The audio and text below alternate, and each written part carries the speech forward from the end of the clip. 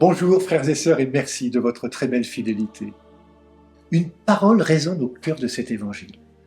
Une parole qui fait du bien en ce début d'année. Confiance, c'est moi, n'ayez pas peur.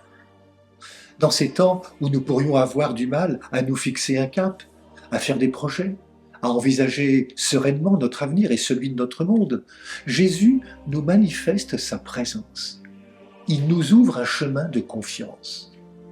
Tandis que les disciples sont en difficulté dans leur barque, Jésus prend l'initiative de les rejoindre en dominant la mer, le lieu de la mort. En cela, Jésus illustre parfaitement le Dieu de la Bible. En effet, de la première page à la dernière, la Bible décrit un monde agité, blessé, un monde accompagné par un regard d'un Dieu qui a vu la misère de son peuple, est venu visiter son peuple en se mettant à notre portée, et pour qu'en lui, nous ayons la vie, le mouvement et l'être. Pour voir cette présence au milieu de nous, il faut travailler nos regards, voir au-delà de ce que nous voyons, faire un chemin de foi. Nous savons que la peur et le doute paralysent nos initiatives, nos projets et nos élans spirituels. Les disciples font l'expérience de l'épreuve.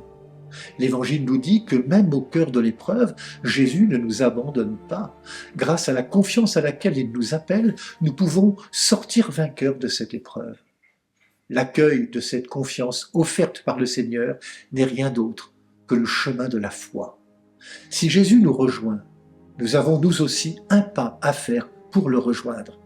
Il faudra de la persévérance, beaucoup de confiance.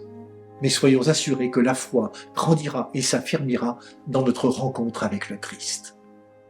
Frères et sœurs, pacifiés par notre foi en Jésus, devenons une présence pacifiante auprès des cœurs en recherche d'un signe de sa présence.